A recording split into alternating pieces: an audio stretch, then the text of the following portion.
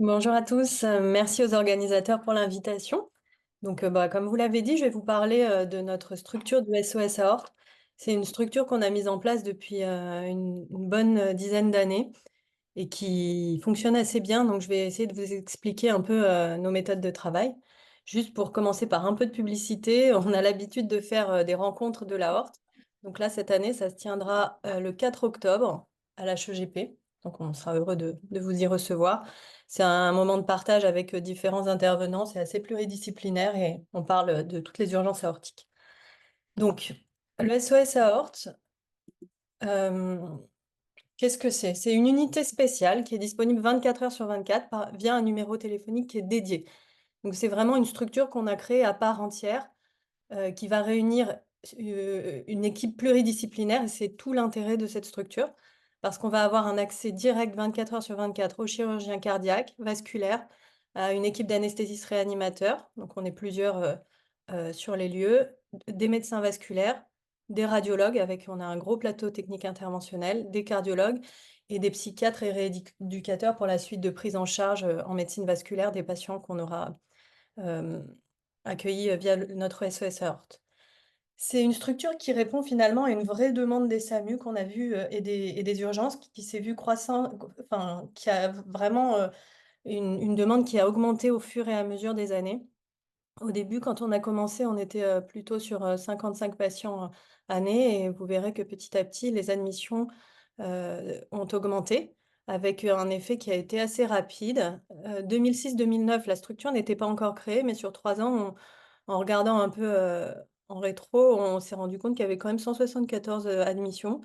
Et les 3 années de 2009 à 2011 qui ont précédé la création du SOS Aorte, les admissions étaient de 287. Donc une augmentation croissante qui nous a fait dire qu'il fallait une structure à part entière pour que les choses avancent plus vite. L'intérêt, c'est que ça nous a permis de réduire les délais de prise en charge préopératoire. On a réduit de 2 tiers facilement la durée, enfin, le délai de prise en charge avant le bloc et une amélioration de la survie à 30 jours. Et ça a été montré dans une étude qui a été publiée par le docteur Dussault dans le JACC en 2017. Donc finalement, l'intérêt du SOS Aorte, elle a été assez clair pour nous. Quel est le circuit de nos patients?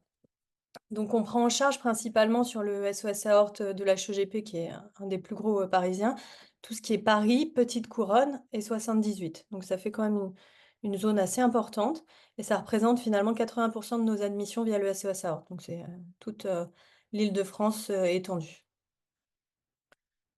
On a de plus en plus de propositions qui viennent de l'Eure-et-Loir également. Donc on s'éloigne un peu, mais avec les prises en charge actuelles SAMU, ça va finalement assez vite. Et parfois d'encore plus loin parce qu'on a toutes les prises en charge des pathologies de Marfan. On est un centre spécialisé Marfan également avec notre service de médecine vasculaire. Donc beaucoup de dissections de type B, par exemple, qui viennent d'encore plus loin en France.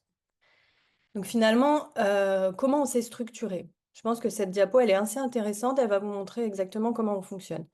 J'ai pris le parti de vous montrer l'urgence la plus absolue pour vous expliquer un peu comment ça fonctionne. Si on considère les dissections type A qui ont été confirmées, donc qui ont eu un scanner sur les lieux où ils se trouvent, comment ça marche? Eh bien, on est structuré sur une triade avec les 3 protagonistes les plus importants qui sont le médecin anesthésiste réanimateur de la salle de réveil, du déchocage, le médecin anesthésiste réanimateur du B3, c'est-à-dire du bloc opératoire de chirurgie cardiovasculaire, et le chirurgien cardiovasculaire. Ce sont des personnes qui sont sur place 24 heures sur 24. Alors, comment ça se passe? Le protagoniste principal, ça va être, bien entendu, le médecin l'anesthésiste réanimateur du déchocage. La première étape, c'est l'appel du SAMU sur ce fameux numéro qui est connu maintenant en Île-de-France. Bon, maintenant, c'est 5 25 55. Et donc, le SAMU ou les urgences vont appeler le réanimateur de la salle de réveil. Ce réanimateur va rester en ligne en demandant les antécédents principaux, les symptômes, enfin, il va recueillir les, les informations médicales, mais le principal intérêt, c'est de rester en ligne et de donner une réponse rapide. Comment il va faire pour donner une réponse rapide? Eh ben, en parallèle, il va appeler son binôme, le médecin anesthésiste réanimateur du bloc, en lui demandant une question très claire, parce que c'est le médecin de la salle de réveil qui régule. Il va lui dire: «Est-ce que le bloc est disponible? Oui, non». Si, oui, quel est le délai d'acceptation? Sur quel délai on a un bloc libre? Sinon, avec, une prise en charge qui va être trop longue, transplantation en cours ou des blocs de chirurgie déjà très très pris pour des heures, dans ce cas, il peut directement refuser auprès du SAMU. En général, on arrive souvent à être sur des acceptations rapides, surtout quand il s'agit d'urgences, extrêmes comme ça.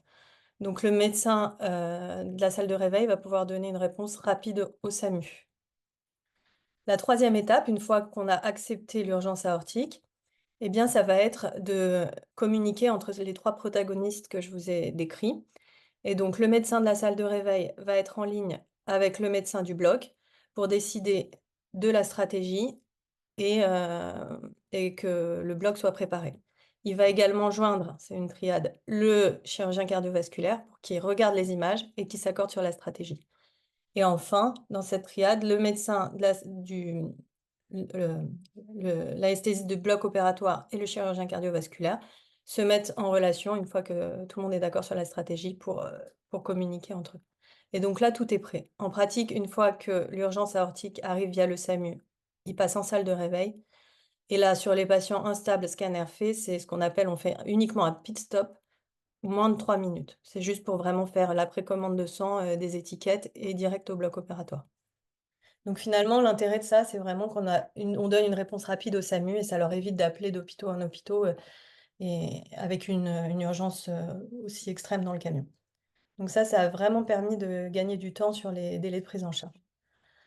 Et donc, concernant nos admissions, vous pouvez voir que donc je vous disais au début, on était plutôt à 55 patients sur le SOS Aorte et puis progressivement, sans même qu'on ait encore, complètement structuré, notre SOS Aorte, eh bien, on a vu une nette augmentation du nombre de patients pour atteindre en moyenne une stabilisation autour de 150 à 180 patients, enfin admissions SOS Aorte. Vous verrez après, je vais vous expliquer comment sont réparties nos admissions. Alors, il y a une petite année exceptionnelle qu'on a tous connue, mais malheureusement exceptionnelle dans plusieurs sens, c'était l'année Covid 2021. Mais du coup, nous, ça nous a fait, un rebondissement, sur les admissions du SOS Aorte, probablement, parce que d'autres centres étaient plus pris ou enfin, des problèmes de lit, mais en tout cas, il y a eu c'est un peu une exception puisqu'on est plutôt autour de 150-180 admissions année. Et en 2023, on est sur l'année complète, on est à 139 admissions. Alors vous allez voir, on a l'impression qu'il y a une baisse, mais c'est plutôt une répartition un peu nouvelle de nos admissions SOS Aorte. Donc je vais faire un petit zoom sur cette année 2023.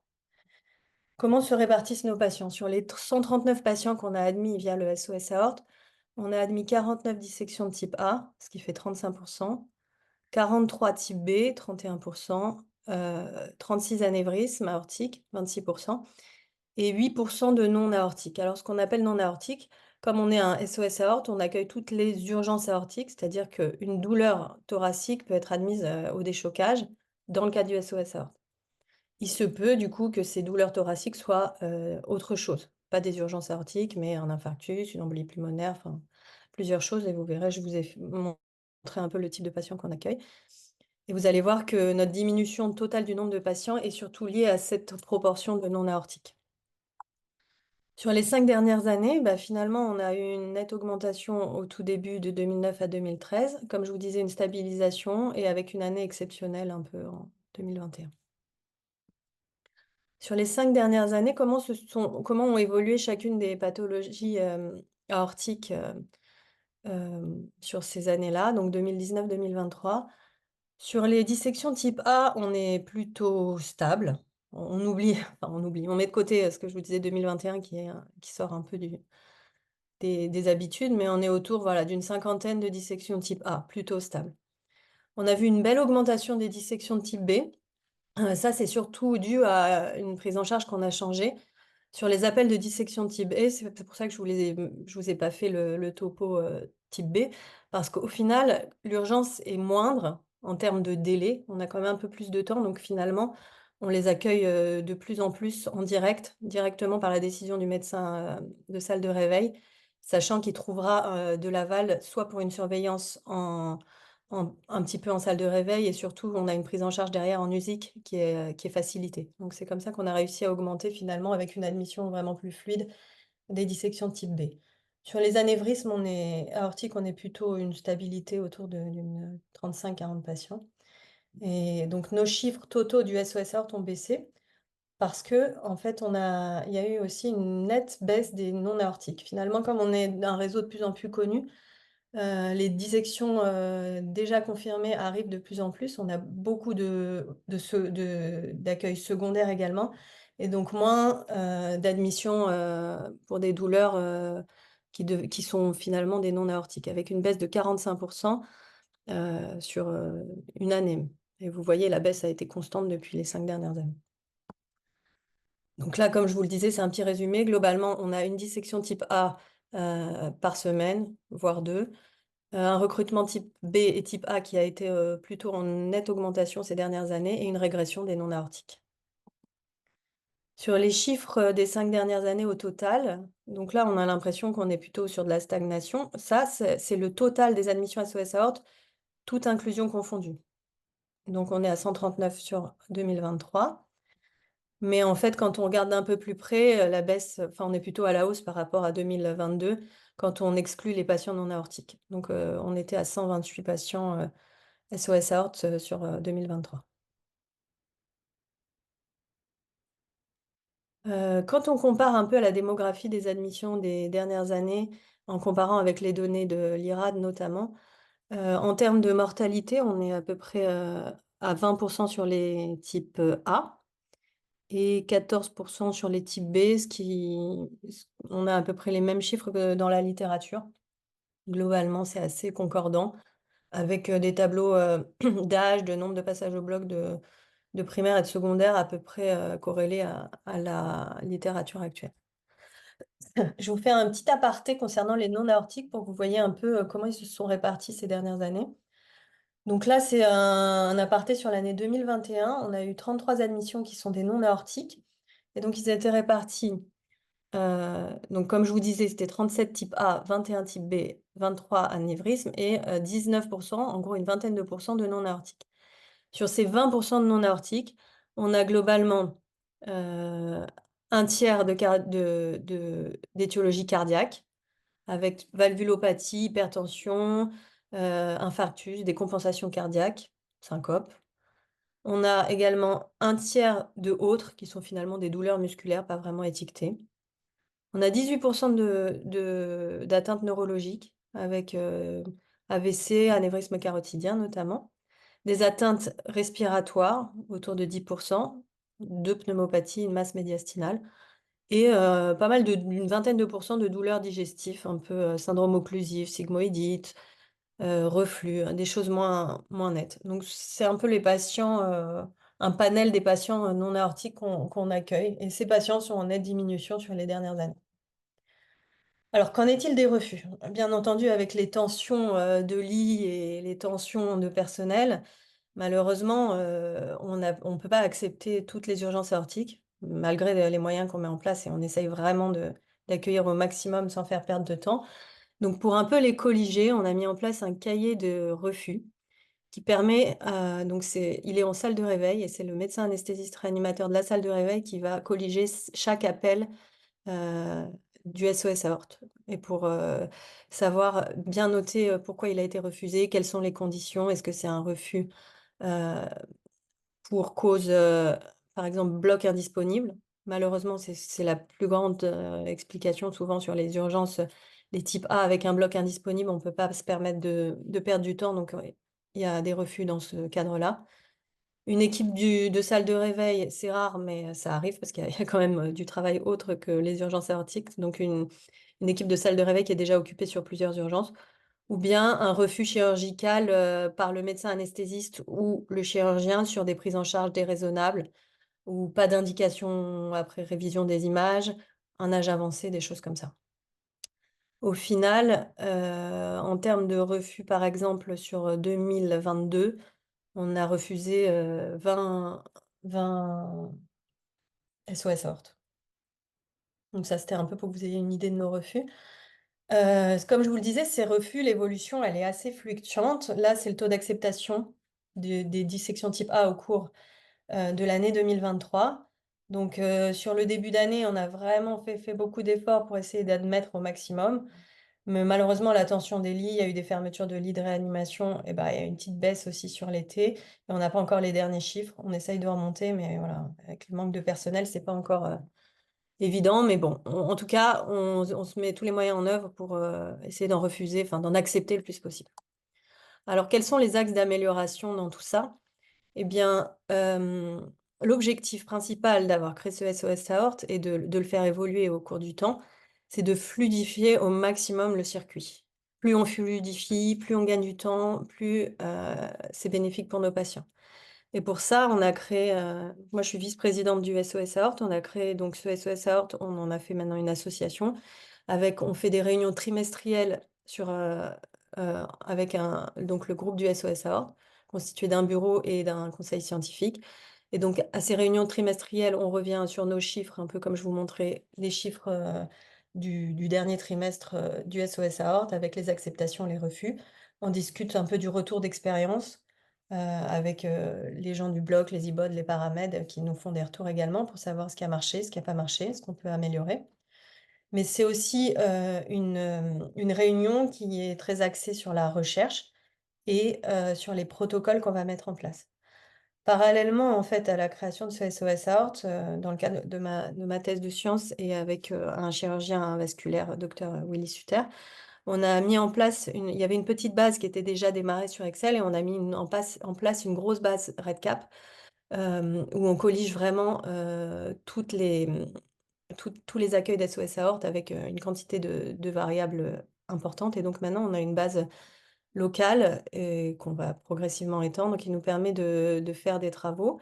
Et donc, au sein de cette réunion, il y a aussi également le conseil scientifique du SOS Aorte qui va valider, donc on peut leur soumettre des projets de recherche et qui seront validés par l'équipe. L'objectif également, pour améliorer la prise en charge du SOS Aorte, c'est d'essayer de comprendre et d'analyser chaque refus. Est-ce qu'on aurait pu faire mieux? Est-ce que les délais ont été justifiés? Et il y a aussi des questions éthiques quand on récuse à distance, sans vraiment connaître le patient, on en discute entre nous pour savoir si on aurait fait, avec le recul, on aurait fait la même chose. Donc ça permet un peu de faire avancer les choses. Les autres axes d'amélioration, c'est de limiter l'overtriage. Parce que l'admission de patients non aortiques, ça met un peu de flou, ça surcharge le travail en salle de réveil qui est déjà énorme parce qu'on a un grand centre de déchocage avec du polytraumatisé, toutes les urgences de l'hôpital. Donc finalement, on essaye de trier de plus en plus spécifiquement pour éviter la surcharge de travail et la consommation de ressources qu'on aurait pu limiter. Mais d'un autre côté, il faut également limiter l'undertriage pour éviter les erreurs diagnostiques, surtout limiter le retard de prise en charge et qu'il n'y ait pas aussi d'administration de produits néfastes. Par exemple, tous les problèmes d'infarctus versus dissection type A, les anticoagulants, enfin la prise en charge globale.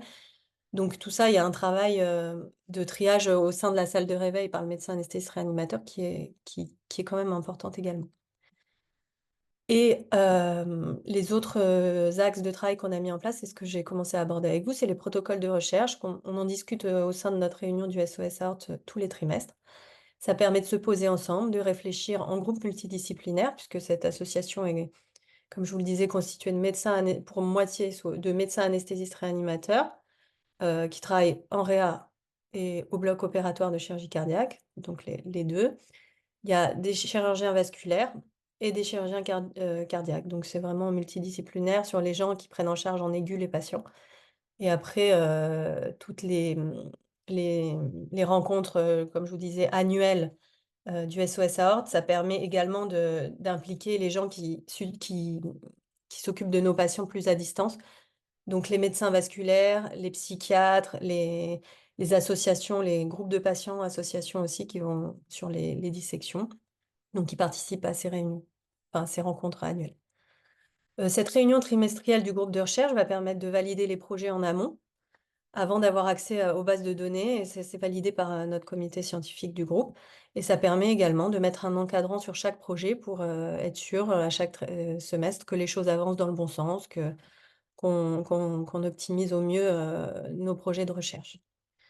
Donc petit à petit, bah, cette, structure s'est mise en place. Là, ces dernières années, on a été assez, dynamique. On a permis donc, il y a 2 thèses de sciences en cours, donc la mienne et celle du docteur, Suter qui vient de soutenir. Ça, ce sont des thèses de sciences. On a encadré, là, on est à 7 thèses de médecine, donc vous voyez un peu nos travaux de recherche. Moi, je travaille principalement avec, professeur Gaudier sur tout ce qui est coagulopathie, hémostase dans les syndromes aortiques aigus, la place des tests viscoélastiques, par exemple. Hem, il y a aussi, des travaux sur l'implémentation des filières de soins, la morbimortalité des patients. On travaille aussi sur les corrélations avec un petit peu avec les radiologues sur les extensions anatomiques. C'est des travaux qui sont en cours. On a encadré également des mémoires de DES, donc là, celui-ci, par exemple, c'était, sur les besoins transfusionnels et l'impact de la coagulopathie. Ça, c'est un de mes anciens internes qui maintenant lui-même encadre, vous voyez, des tests de médecine.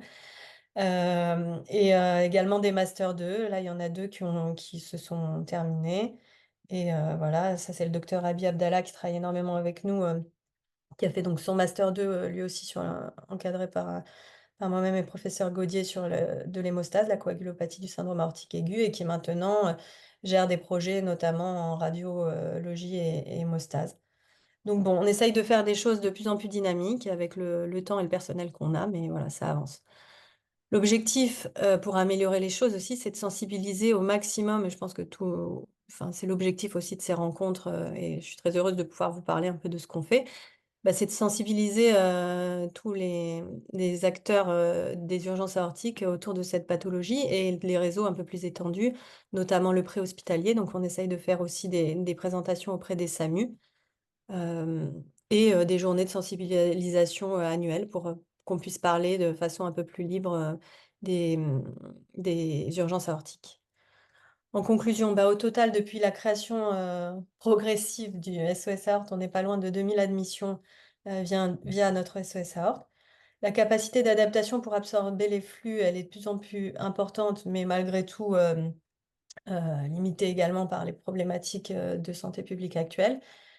L'objectif, c'est d'interagir de façon constante et de façon organisée avec les collègues du préhospitalier, les réanimations adjacentes et la prise en charge multidisciplinaire au sein de l'HEGP.